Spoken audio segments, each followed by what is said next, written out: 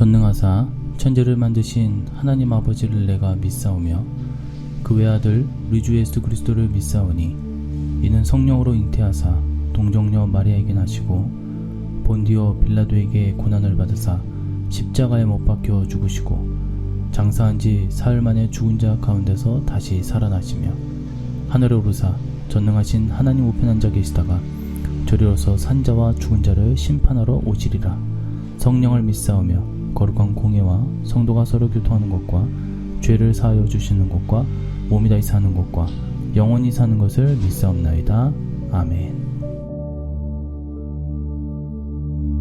그 중에 5은 미련하고 5은 슬기 있는 자라. 미련한 자들은 등을 가지되 기름을 가지지 아니하고 슬기 있는 자들은 그릇에 기름을 담아 등과 함께 가져갔더니. 아멘. 할렐루야. 오늘은 마태복음 25장 2절에서 4절 말씀 중심으로 열처녀 비유의 영적 의미 첫 번째 말씀의 시간 가져보도록 하겠습니다. 마태복음 25장에는 종말과 관련된 3가지 비유가 나옵니다. 그것이 바로 열처녀 비유, 달란트 비유, 그리고 양과 염소의 비유입니다.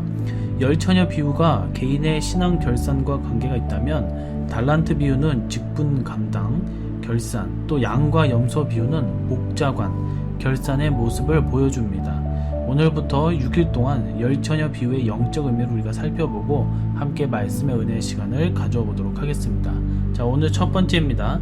2 종류의 처녀. 여기서 기름은 성령의 역사를 상징합니다.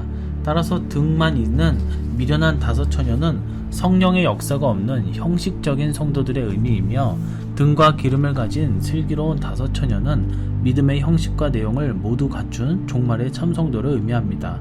마지막 종말 때는 분리의 역사가 일어납니다. 그래서 기름을 준비한 슬기로운 처녀와 기름을 준비하지 못한 미련한 처녀로 분리되는 것입니다. 교회도 참 교회와 거짓 교회로, 성도들도 참 성도와 거짓 성도로 나뉩니다. 이는 주의 종들도 마찬가지입니다. 마지막 추수의 사명을 감당할 참 주의 종들과 적그리스도 우상에게 경배하게 만드는 거짓 종들로 분리가 됩니다. 광산에서 큰 원석을 캐면 처음에는 돌, 찌꺼기, 금들이 다 섞여 있습니다.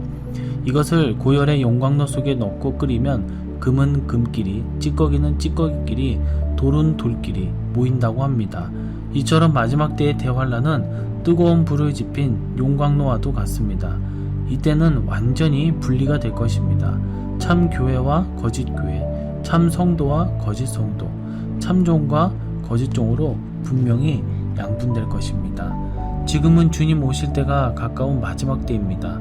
오늘날 세계 교회의 최대 특징은 참 성도와 거짓 성도가 분일이 되고 있다는 것이죠. 그중 먼저 가라지를 묶고 계십니다. 한국 교회도 교회적으로 참 교회와 세속 교회가 분리되고 있습니다. 성도들도 참 성도와 세속 성도가 계속 분리되고 있습니다. 이럴 때일수록 우리는 영적으로 긴장과 긴박성을 잃으면 안 됩니다. 철저히 믿음 생활을 잘하며 끝까지 순수한 신앙을 지켜야 합니다. 성령 충만하여 기름 등불을 준비한 슬기로운 처녀가 되시기를 간절히 소망합니다. 계시록 22장 11절의 말씀에 보면 불의를 행하는 자와 거룩한 자가 나옵니다. 불의를 행하는 자는 그대로 불의를 행하고, 더러운 자는 그대로 더럽고, 의로운 자는 그대로 의를 행하고, 거룩한 자는 그대로 거룩하게 하라 라고 하였습니다. 불의를 행하는 자와 더러운 자는 기름을 준비하지 못한 미련한 5 처녀와 비교되고, 의로운 자와 거룩한 자는 기름을 준비한 슬기로운 5 처녀와 비교가 됩니다. 오늘 이 시대 분리의 모습을 너무도 뚜렷이 보여주고 있습니다. 불의한 자, 더러운 자는 혼합주의자들입니다.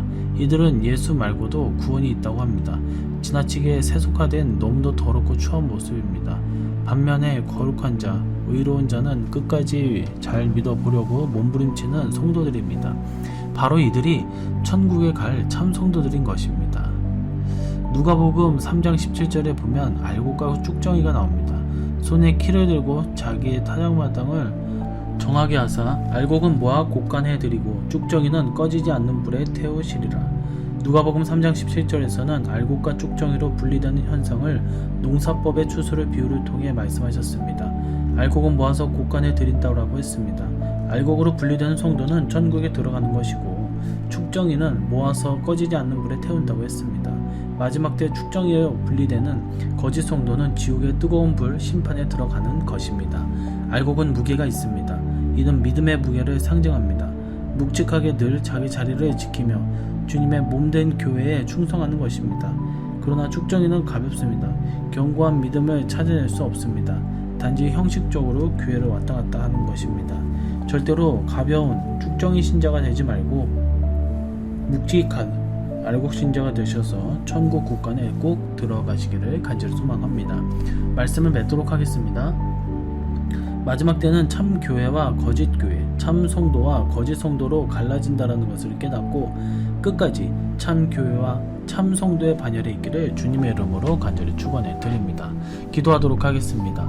하나님 아버지, 오늘은 열처녀 비유 영적 의미에 대해서 첫 번째 두 종류의 처녀에 대해서 우리가 살펴보았습니다. 하나는 기름을 준비한 자, 하나는 딱 맞게 준비한 자. 우리는 절대로 전자가 되지 후자가 되지 않게 하여 주시옵시고 늘 예비되고 준비된 자가 될 수 있도록 은혜와 또 지혜를 허락하여 주시옵소서.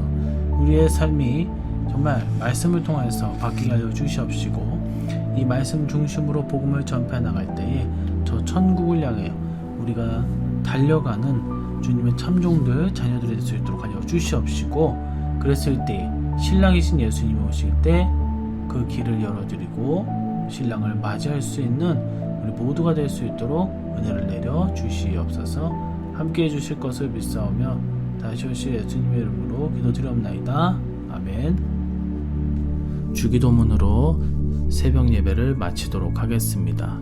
하늘에 계신 우리 아버지여, 이름이 거룩히 여김을 받으시오며 나라의 임하옵시며 뜻이 하늘에서 이룬 것 같이 땅에서도 이루어지이다. 오늘날 우리에게 일용할 양식을 주옵시고 우리가 우리에게 죄 지은 자를 사하여 준 것 같이 우리 죄를 사하여 주옵시고 우리를 시험에 들게 하지 마옵시고 다만 악에서 구하옵소서. 대개의 나라와 권세와 영광의 아버지께 영원히 있사옵나이다.